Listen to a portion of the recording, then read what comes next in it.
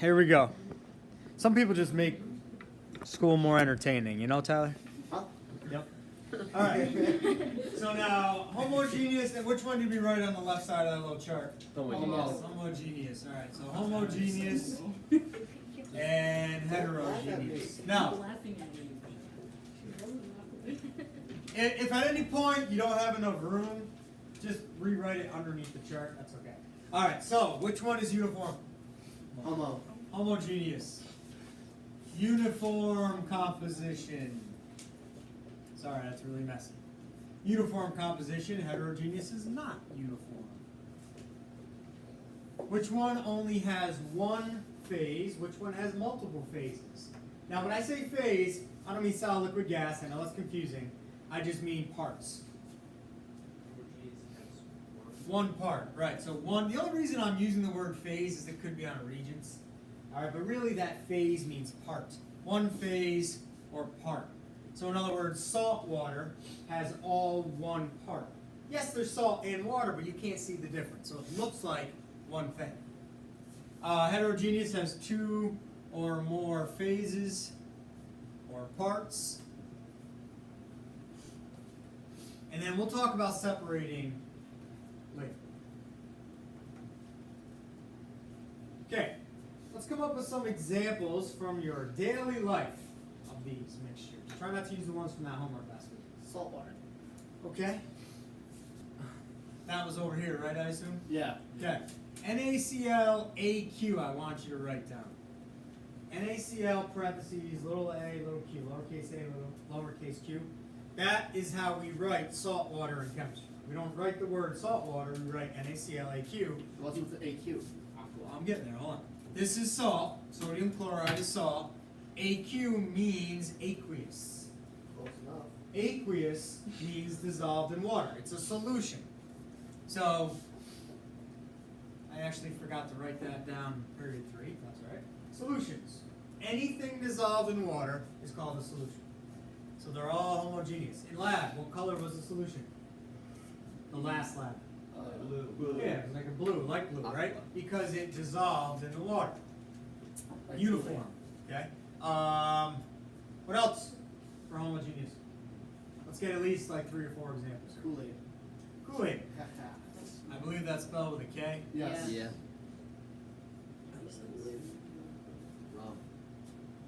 Yes. Liquor and alcohol, but it's not really so appropriate. But you're right. Hot chocolate. What? Hot chocolate. Hot chocolate. Ooh, good man. Only in the beginning, though. You ever drink hot chocolate for a while, or it gets cold and you get that sludge at the bottom? So technically, that would be heterogeneous because you got the sludge, and then you got the and then you got the hot chocolate. But that's good. Hot chocolate's good. Hot chocolate. Tea is good. Now, back to the hot chocolate. When it cools down, the chocolate stuff, whatever it is, powder, syrup, whatever it is, precipitates out. That's like how the chemical, that's how we would explain it in chemistry. That's actually an important concept. When things cool down, whatever's dissolved in water will start to come out of the water. So we'll talk more about that down the road. The hotter it is, the easier it is to stay dissolved. That's good for now. Let's go heterogeneous. Salad dressing. Salad dressing. Now, what salad dressings would be homogeneous? No, that would be heterogeneous. So what would be, so Italian, Ranch. right, ranch would be, and sometimes ranch has those little black Yeah, that's specks. awesome. Yeah, but I've seen ranch that's just all white.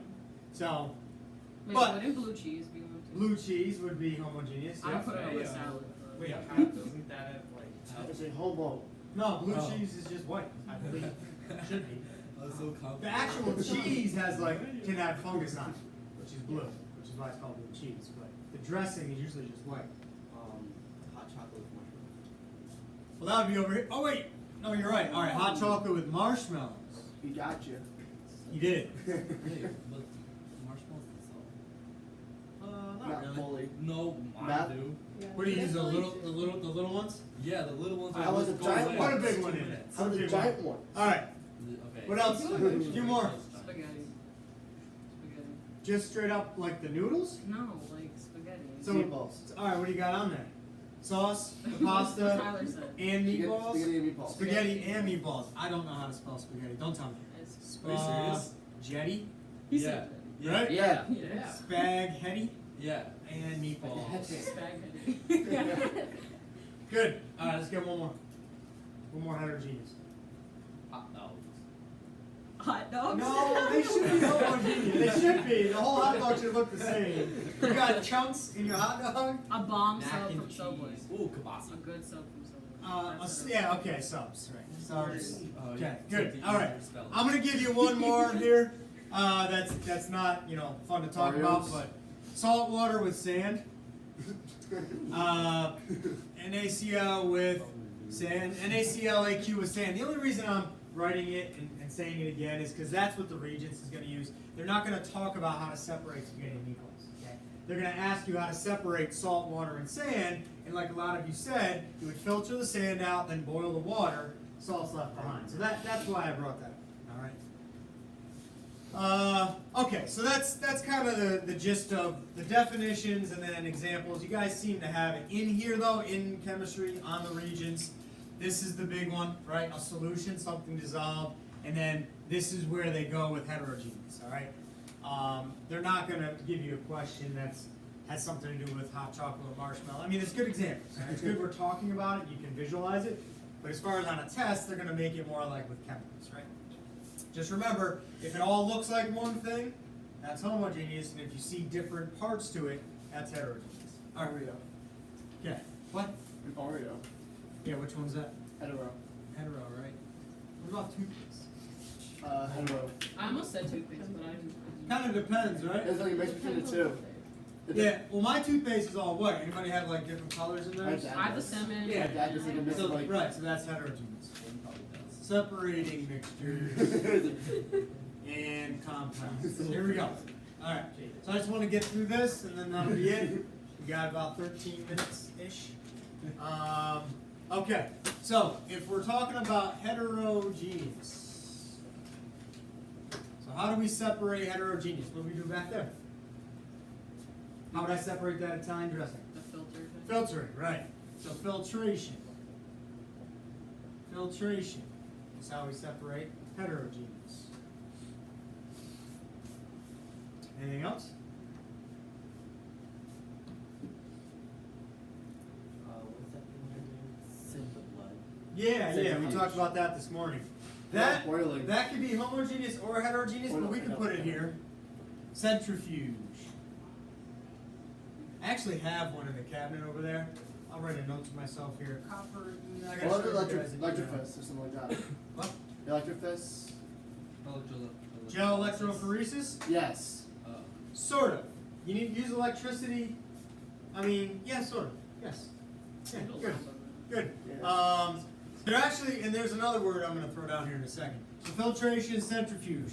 The way a centrifuge works, all right, it kind of looks like this. Here's the whole contraption, and in the middle, you have these test tubes that are. So this is like looking at it from above. All right, and then this thing is attached, and what this does is it spins. I forget which direction, clockwise or counterclockwise. It doesn't matter. You learned about that in health, about AIDS and everything like that. What, like blood samples? Yeah. Yeah. So they, yes. Don't they like go outward? Yeah. Yeah. So imagine if we were hanging by How our about the head or our carpal arms, swings? okay, and we were just like the test tubes, and we were spun in a circle, and what would happen to your body? You would definitely start swinging outward, right? Well, maybe you don't believe me, but you would. So these test tubes, they're hanging like this, and if it spins fast enough, okay, they start to move out to the side. All right, yes. Almost like the carnival swing rides. Yes. The Yeah, the thing and the things body- at the like amusement parks, you're supposed to get stuck to the wall. Oh yeah. I always slide down the wall. I never I don't stay slide up. I'm always like, I'm falling, I'm gonna die. What's happening? There was one a long time ago. Is it still called Race Skate? But it's Six Flags now, right? It's Did you same die? thing. Yeah. Same thing. So I remember I was a kid, and I got smushed to the side, and the floor dropped, and everyone's like, starts yelling. I literally slid all the way to the floor. Everyone else is like way above my head, and I'm just down there, and I was like panicking. Like, what's up, guys? I was so so scared. I thought the floor. I don't know. I thought something bad was gonna happen to me. I saw a thing like the planets. Yeah. They slowly like go farther away from the sun, and like there's also like rogue planets out and just roaming in space because they eventually just start going away from the sun. Well, that's only if there's a issue with the gravitational pull. 'Cause that's usually a homeostasis there or balance. But yeah, that's a conversation for another day. But it's the same concept. So, anyways, those carnival rides or whatever, amusement park rides, same thing. So it starts spinning, and the test tubes swing out, and then what happens is the more dense material is at the bottom, so it's going outward, and the less dense is up top. So centrifuge is based on density. So it separates based on density differences. So in samples of blood, it can separate parts of your blood based on that. And you said that's a way they can test for HIV? Yeah. There's another one here. And again, this could be for both, because if you took Italian salad dressing and put it in a centrifuge, what would be at the bottom? What's the most dense? Solid. The solid, and what would be at the top? Liquid. Yeah, but what type of liquid? There's 3 liquids in there. Vinegar, water, Vinegar, water, and oil. Which one would be at the top? Water. water. Oil. Darn it. Oil floats on water, Oh. right? I didn't- Oh yeah. I didn't- I didn't- Yeah, because it's less dense. Yeah. So, anyways, I'll get that out. I'll write my side did. I'll get that out and show you guys what it actually looks like. We could try and use it, I suppose. I don't know if I have test tubes that fit it. It's like copper. I haven't used it in a while. Copper email. I emailed myself a picture of a copper lab that Oh. Vanessa did. And I got to show my lab. Oh, Anyways, and maybe Mr. Decker's lab too, because whose solid when you guys filtered in the first lab, whose solid was actually brown when you filtered it? Oh. Yours was? When you actually filtered Oh. it? Not when it was reacting, but when you actually filtered it. 'Cause that I was just raised like my hand because days my hand. later. I don't- Because what I happened wasn't- was, to make that lab work the way I wanted to, so you guys see the copper, I need to use more aluminum foil, less copper chloride, and I didn't do that right, but I did it with Vanessa. I said, let me fix it with you, because she missed it. Anyways, I'm going to show you guys what it's supposed to look like. Mine was Um, really Filtration, centrifuge, what about this? Chromatography. Chromatography. Yeah, what's that? Pictures of chrome cells. You guys did this in biology too. You did gel electrophoresis. Oh, so you put markers on sheets, Yep. put them in water, and Yep. then when the water came up to it, it separated it out. Yep, so a lot of ink, like including this marker, if it's water soluble, which I think this stuff is, I'm not sure. Usually Some test that. pens are not water soluble, like this. I think the pink one here, I think dissolves in water, but this one doesn't. This does not. So if you wrote on paper and it got wet, it would not smear, it would just stay the same. So this wouldn't work. You need a solvent, so you need water to travel up paper, and it separates ink if it can dissolve in water, water soluble. I'm going to show you that tomorrow as well. I didn't get that set up this morning, I forgot. So I will set that up later today, and then tomorrow morning, and then you guys will just see how that works. Okay, you may get it. Will seems like he gets it, but I want you to see it. All right. So these are ways of separating. And again, these two can also be used for homogeneous. All right, this is the big one here for heterogeneous. Now for homogeneous, what do we do? How do we separate salt water? Boiling. Distillation. Wait, let's see. And basically, I'm just going to write phase changes. Okay, phase changes is how you would separate homogeneous. And again, sometimes centrifuge works because your blood looks homogeneous, but it's not quite. It's not like salt water. There are particles that can be separated with the centrifuge. Whereas salt water, if you spun it around, you're not going to get salt coming out of it. All right. At least I don't think so. I actually have never seen that. There has to be a lot of salt for it to work. But anyways, yeah. So distillation. Remember, what does that mean? It's separating a mixture based on differences in boiling point. Differences in boiling points. So let me give you a couple scenarios. Or some people say scenarios. I don't know if any of you say scenario. Anyone say advertisement What? instead of advertisement? No, Advertisement? that's just wrong. That's Or wrong. What's the That's syllable? advertisement. No one's ever heard that? No, you can say it that way, advertisement. What? Advertisement, instead of advertisement, No, that's, advertisement. oh, they're wrong. Okay, here we go. Actual aneurysm. You said, Now- well, they're. So, I'm out of room here, I'm gonna leave this up, draw two boxes underneath here, one next to it, okay? In this box, you're gonna have water, you're gonna have CCl4, and you're gonna have HC2H3O2. I know that sounds crazy, but it's actually a really common substance. And then over here, we're gonna have air, O2, N2, CO2. All of these in this box, put a little L next to it, little cursive L means liquid. So we can fill that up. Does that have to be cursive? No. Okay, good. And then over here, little G, stand for gas.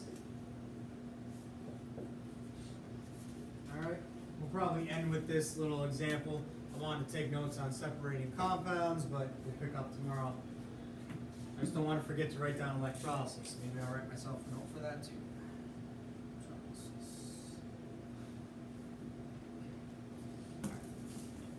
Okay, here we go. Now, over here on the board, I wrote these down from earlier today. This is the boiling point of all of these substances. Water boils at 100, carbon tetrachloride boils at 77, that's CCl4. And this third one, HC2H3O2, is vinegar. That's what vinegar is. So vinegar boils at 118. Okay? So let's label that. So water boils at 100 degrees. Oops. Vinegar at 118. And then CCl4 at 77.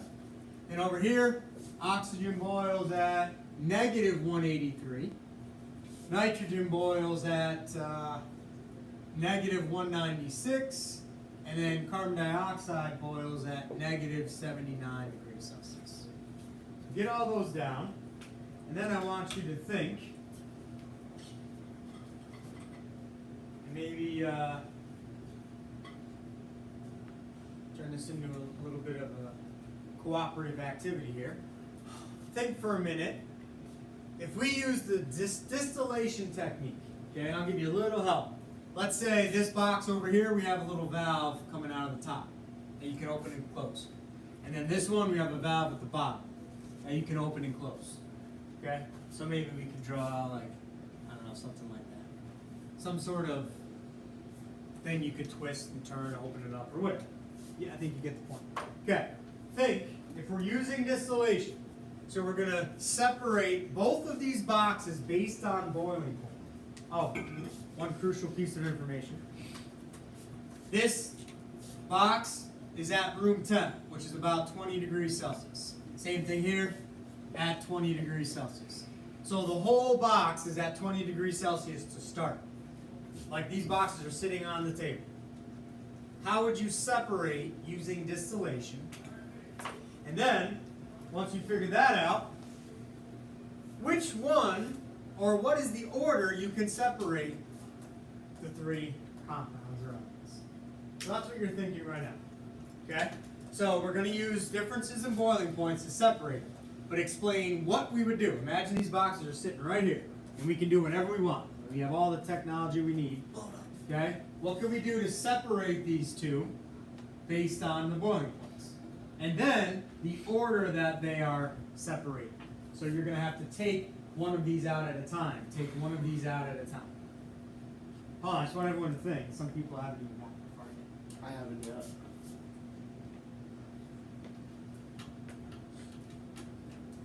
Don't forget that bookwork is due tomorrow. The bell's going to ring really soon. So just think about it. And tomorrow we'll talk about it. Question. Yeah. You didn't change the order. No, so the whole box is at 20 degrees. So in other words, imagine the boxes are literally sitting right on my desk. Let's say this room is at 20 degrees. But these temperatures are the temperatures that each one will boil. Then how do you change the temperature? Oh, I see what you're saying. Okay, that's your idea. Sure. How would you do that? You go to the thing, yeah, and you bring it up. that thing gets to is 90. You gotta do what you gotta do to survive. Okay, none of these boil at 90 degrees. Wait, do you want to Well, get like, this put it out? out, I want to get them out of the box. Oh, okay, so. you can take freezers and you put it in and take it out. So I have a box of air. Show me how you can Ready? take Ready? oxygen out of the air. and Oxygen freeze right it. there. There you go. Thanks. I thought we got to 28. Isn't it? I'm